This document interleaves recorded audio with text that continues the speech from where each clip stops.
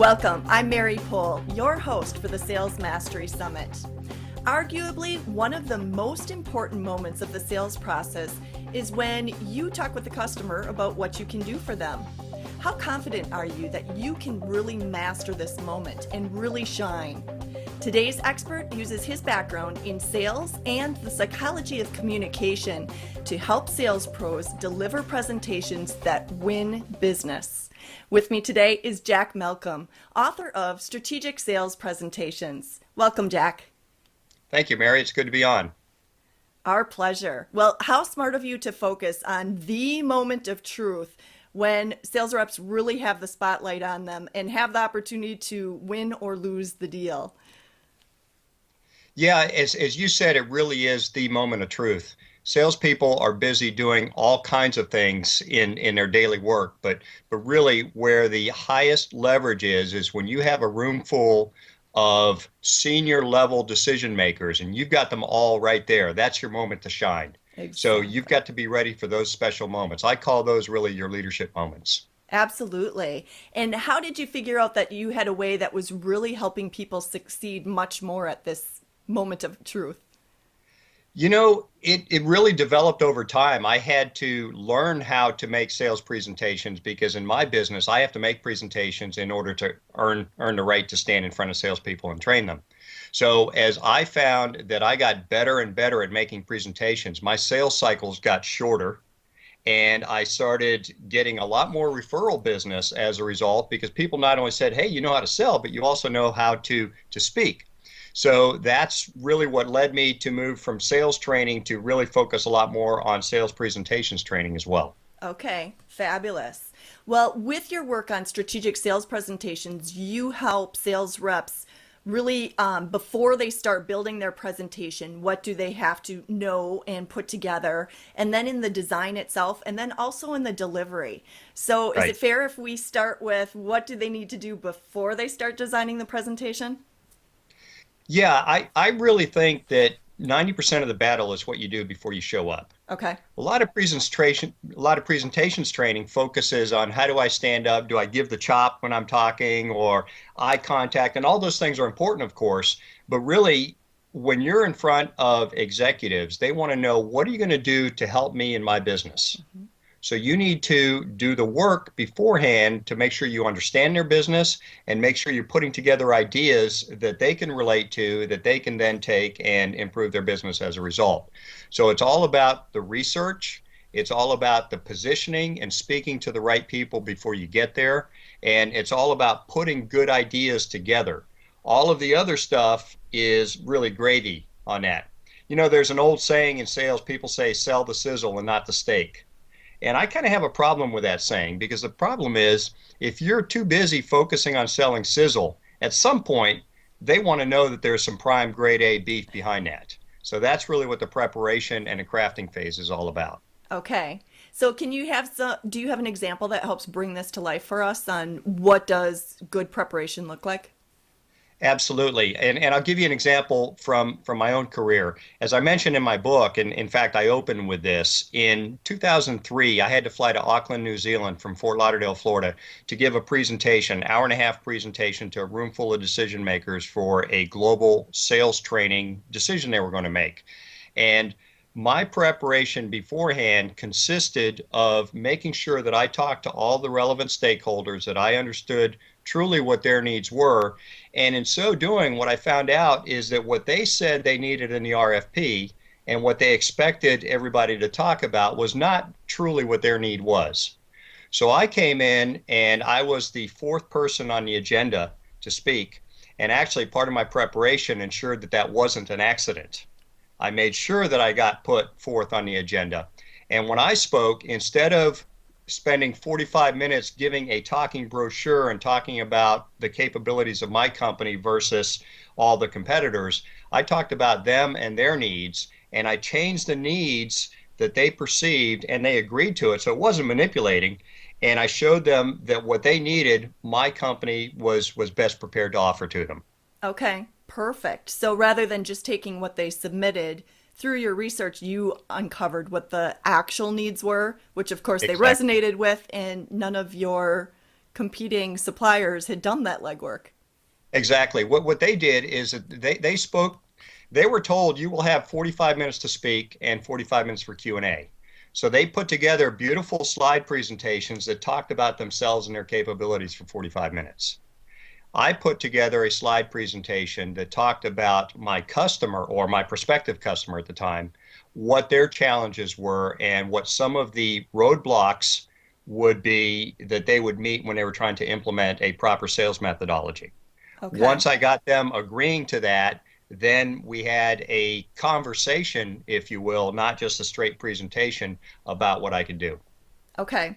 So it sounds like in the process, which we'll jump into next, of designing that presentation, you're sharing with them essentially how to make a buying decision and also what type of hurdles they're going to run into during implementation that your experience will help them with. Exactly. Okay. So is it too early or should we jump into how do you build a winning presentation? No, absolutely. Okay. When you build a winning presentation, in the book, I take you through a step-by-step process.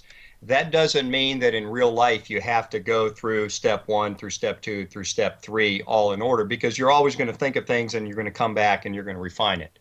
But the most important step in a presentation, and this sounds strange, is figuring out exactly what the message is you want to get across. Mm-hmm. And what I mean by that is anybody listening to this has probably gone to a speech where they've walked out of there saying, hey, that was a good speaker, but really what did he or she say?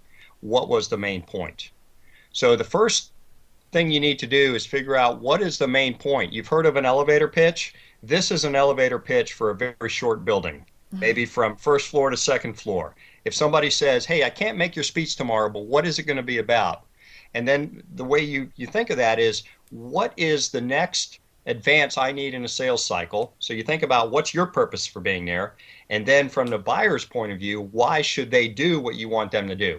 Okay. And if you can encapsulate that in 25 words or less, now you have a theme that you can build the rest of the presentation around.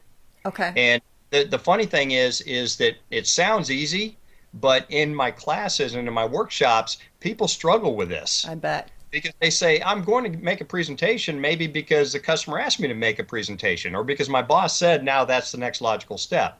But when you break it down and try to figure out, okay, exactly what needs to happen next and why, then everything else falls into place. Okay. So once you have that theme picked out, then the next step is to put together, and this kind of goes back to 7th grade English, where you had to outline what you were going to say. And there's a reason they have you do that, because outlining forces you to think very clearly, why should the customer take the action that I want them to take? And in going through that outline, you find out what you know and don't know and where you need to go back maybe and do a little bit of additional work. So once you have all that put together, you've got really the meat and potatoes of your presentation. Then you go back and you've got to add the spices and the flavors and all the things that are going to make it compelling. So you add the stories, you add the analogies, the compelling visuals and the examples, all the sort of things that will stick in the audience's mind. Because what a lot of people don't realize is that they're probably not, if it's a complex decision, and my book focuses on B2B complex sales, they're not going to make a decision immediately after you walk out the door giving that presentation. Right. They're going to go back and they're going to talk about it, and maybe 2 weeks later they'll get back together and decide. So you've got to make sure that the really good logic that you gave to them also sticks in their mind, and that they remember your arguments when it comes time to make the decision. Okay.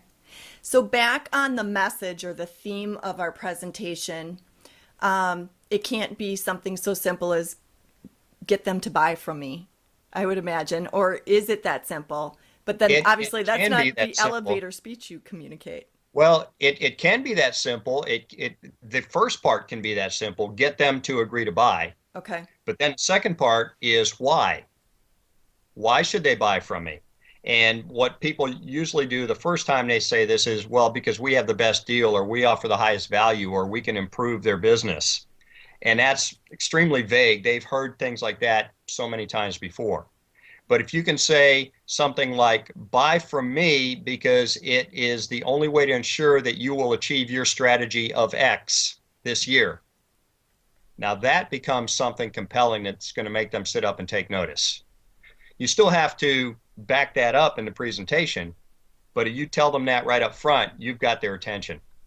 Excellent. This is very helpful because now I can see what type of outline might fall out of that. So for Right. that example of my theme or my message for my presentation is, I want you to make a decision to buy from me because I am the only one that can help you achieve this goal this year.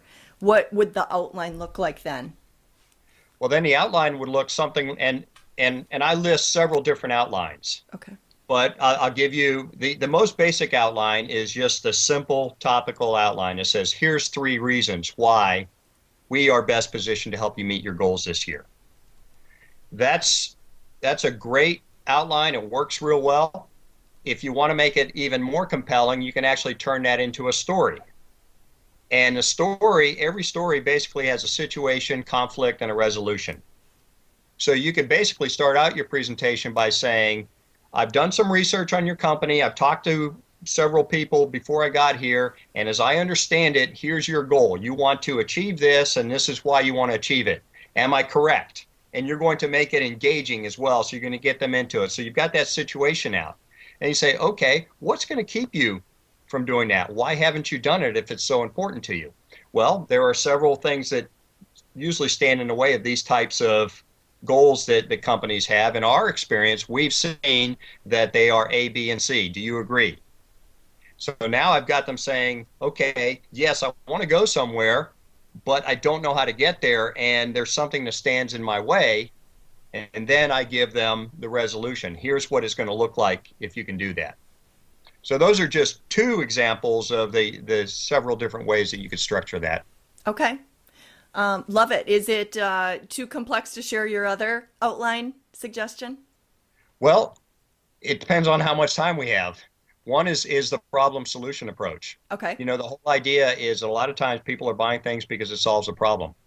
So what I would do in that case is I would say, as I understand it, up to this point, we've agreed that you're facing a problem. You might have a quality problem, or you might have a marketing problem, or whatever the case is. Then the real key in that problem is that you define the root cause of that problem. Okay. So that's basically what I did with that presentation I did in New Zealand. I said, I know you have a problem implementing a sales methodology. You've tried this before and it hasn't worked. Let's figure out why it hasn't worked. So when I got them agreeing to the causes, and by the way, those were the causes that I knew that I was best positioned to handle, then, you know, as they say, if you define the problem, then you define the solution. Okay. So you define the problem. Then the real key after that, most salespeople gloss over this, is to get them to agree what the cost of that problem is to them. What happens if you don't solve it? Will you lose market share? Will you lose revenue? Is there a personal cost involved, et cetera? Once you've got them agreeing to that, they're saying, okay, now what do we do about it? Now, here's the part that a lot of salespeople, the first time they hear this, they say, gee, I'm not sure that I want to do this.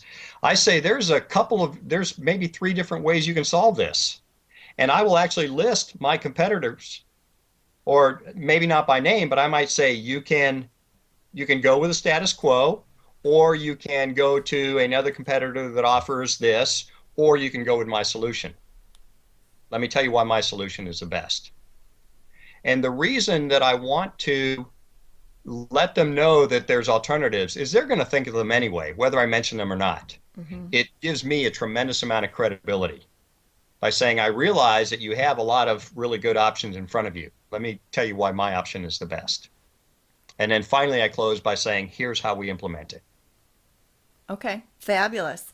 And then I love the fact that you'd bring in stories and analogies because people will immediately resonate with, that sounds just like me. So they're relating to what you offer right away that way. Right. Any other great tips you can give on making it visually appealing, maybe easier to communicate or deliver? Absolutely. I have an entire chapter on visual persuasion. Okay. And there have been books written about how to use PowerPoint properly and so on. And I focus on PowerPoint and other visuals. The key is that visuals are extremely powerful in making your message memorable, in helping get your message across. But people use slides the wrong way. They use it to put a wall of words up, and the words are saying exactly what they're saying. So that leads to a couple things. First of all, people can't listen to you and read what's on the screen at the same time. So they're going to tune one of the two out. Mm-hmm. And because they can read faster than you can talk, they'll probably just read what you have. And as I say, if that's all you're doing in a presentation, then you're not a salesperson, you're a glorified slide operator, Right. or projector operator. So what you need to do is have the visuals support what you're saying. Take as many words off the slides as possible. You are the best visual aid. So you speak to them. You have the visuals behind you that will make it more compelling or will explain something. You might have flow charts and things like that. You might have some graphs and charts that will show some of the revenue impact possibly of your solution. And those things are really a backdrop to the main reason they come is to listen to you so that they can look you in the eyes, so that they can see what you're saying, that you believe in it, that you have confidence in what you're saying. Because one of the things that I found in writing the book, I took a lot of time interviewing top level executives and said, tell me about the sales presentations you sit through on the receiving end. And if somebody is selling technology, usually those senior level people, the ones who write the checks, don't have the technical knowledge to know if what you're saying is true. And they admit it and they know it, but they are very good at sizing up people.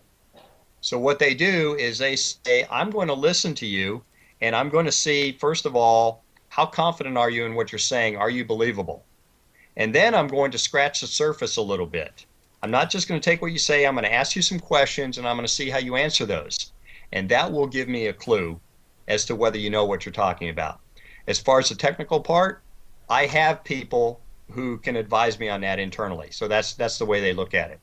So the visual part, and that takes us to the last part of the book, even though I said maybe it's not quite as important, it's still important that when you're up there and it's your time to present, that you come across as confident, articulate, and certainly as knowing what you're talking about. Yeah, very believable. So what tips do you have for our viewers on delivering just a wow presentation?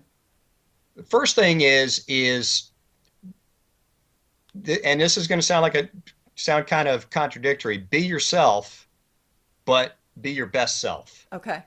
So in other words, you want to be on, you don't want to be somebody that you're not. And in order to be yourself, you need to go in there with a confidence that you know what you're talking about. And obviously that takes preparation. A lot of people, any speakers, are nervous before they go into a presentation. So realize that the nerves are good if you can get over them, if you can channel them, because nerves are energy.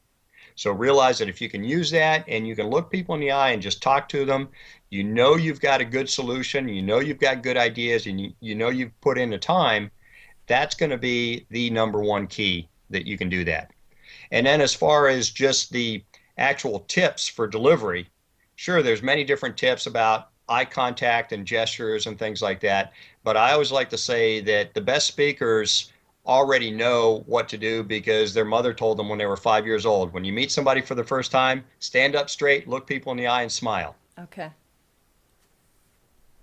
Fabulous. And so, Jack, as people are getting ready for their own strategic sales presentation, if they wanted some extra guidance, where can they go to get help as they, are really on the spot building their own presentation? Well, for immediate help, one of the things that I can offer is on my website, I have a downloadable template of the presentation preparation that I teach in my classes. Okay. It's a more user-friendly and easier version of the appendix that I have in the book, Strategic Sales Presentations. Okay. So that would be a start. Okay. The second one is, and I don't want to turn this in too much of a commercial for myself, is read the book or read any other book and just do it. You have to practice. It's like any other skill. A lot of people think, well, I can go to a presentations course for a day and a half, and now I'm an expert presenter. It doesn't work that way. It's like any other skill. You have to do it a lot to get really good at it. So I always tell people, seek out opportunities to present internally, practice, present to your peers, join a Toastmasters club. Anything that will give you the opportunity to stand in front of groups. It's something that you can work on for years and years and years and never get to be a master at it. You can always find ways to improve. Yes, thank you for that. We've had that theme come up in previous webcasts, how important it is to practice, and actually life offers a lot of opportunities for Absolutely. sales practice. It doesn't have to be when commission is at stake. Yeah, I'd like to give an example of that. Okay. Everybody holds up Steve Jobs as a master presenter. Uh-huh. Have you ever seen some of his early presentations? They No, were I terrible, haven't. and that's because they probably don't want to publicize those too much. He was a terrible presenter, but he learned. Once he got to the point where he was considered the superstar of presentations, what did he do before a presentation? He would spend 2 full days rehearsing with his team.